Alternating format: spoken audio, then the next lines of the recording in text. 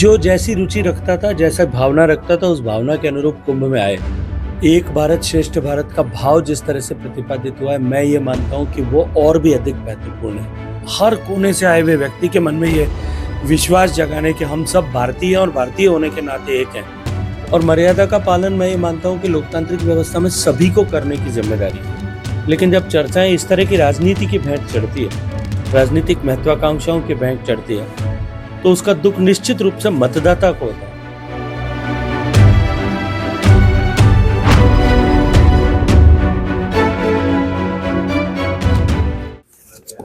देखिए, सारे अनुमानों को ध्वस्त करते हुए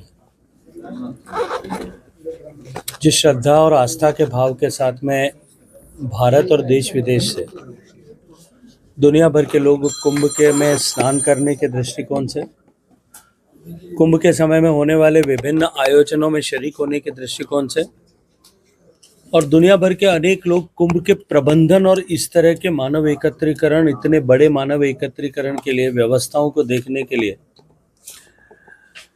जो जैसी रुचि रखता था, जैसा भावना रखता था, उस भावना के अनुरूप कुंभ में आए। और अब की बार का कुंभ, जब कुंभ के प्रारंभ से पहले हमने जो कहा था कि दिव्य होगा, भव्य होगा, अप्रतिम होगा, अतुलनीय होगा, अनिर्वचनीय होगा, अब की बार का कुंभ ठीक वैसा ही हुआ।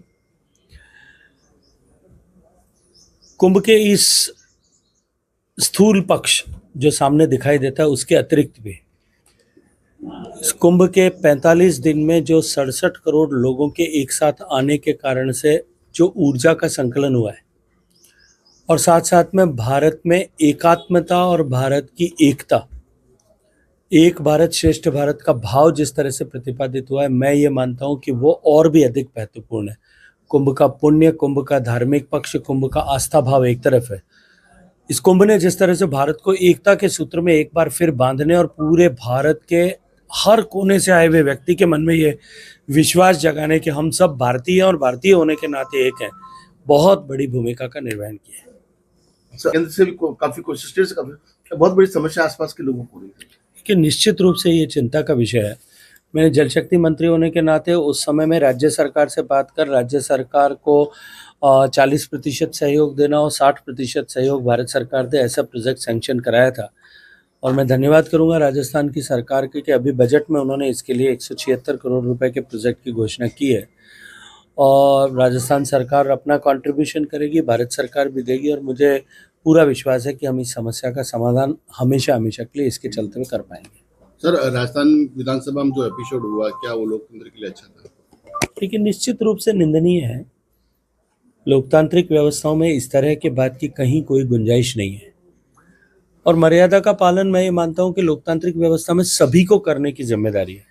न वहाँ कोई पक्ष का विषय है, न कोई अपक्ष का विषय, न कोई विपक्ष का विषय। सभी लोगों को अपनी लोकतांत्रिक मर्यादाओं का सम्मान करते हुए सब लोगों को उस पर कार्रवाई करना चाहिए।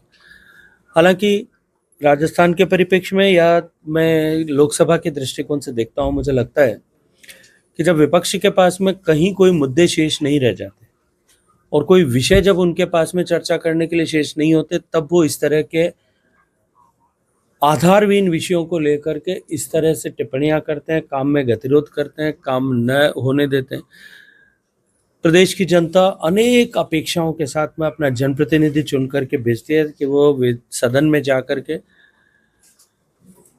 अपने क्षेत्र से जुड़े हुए विषयों पर और ओवरऑल समाज से जुड़े हुए विषयों पर, प्रगति के विषयों पर वहाँ चर्चा करेंगे, स्वस्थ चर्चा करेंगे। लेकिन जब चर्चाएं इस तरह की राजनीति की भेंट चढ़ती है, राजनीतिक महत्वाकांक्षाओं की भेंट चढ़ती है, तो उसका दुख निश्चित रूप से मतदाता को होता है। एक जनप्रतिनिधि के नाते मुझे लगता है कि हमें, चाहे हम किसी भी पाले में खड़े हों, जैसा मैंने कहा पक्ष, अपक्ष और विपक्ष, चाहे किसी भी पाले में खड़े हों, एक जनप्रतिनिधि के नाते जो हमारे मतदाताओं के प्रति हमारा जो भाव होना चाहिए, जो रिस्पॉन्सिबिलिटी होनी चाहिए, हम उस रिस्पॉन्सिबिलिटी को पूरा करने के दृष्टिकोण से सोचते हुए काम करें, ऐसा मैं मानता हूँ सभी को करना चाहिए। रोड है और घंटाघर का नाइट टूरिज्म को लेकर आपने 83 करोड़ रुपए जारी किए थे, क्या है? ठीक है, एलिवेटेड रोड का जैसा मैंने कहा टेंडर डॉक्यूमेंट हो गया, टेंडर प्रोसीजर चल रहा है, बहुत जल्दी उसका शिलान्यास हो जाएगा। नाइट टूरिज्म को लेकर के जो स्टेट ने घोषणा की है और आगे हम उसको स्टेट के साथ मिलकर के काम कर रहे हैं। पर्यटन के मानचित्र पर जोधपुर और अधिक प्रमुखता के साथ में आए, राजस्थान में पर्यटन के दृष्टिकोण से और अधिक काम हो, इसके लिए राजस्थान सरकार से मिलने वाले हर प्रस्ताव पर सकारात्मक रूप से भारत सरकार का पर्यटन मंत्रालय विचार करेगा।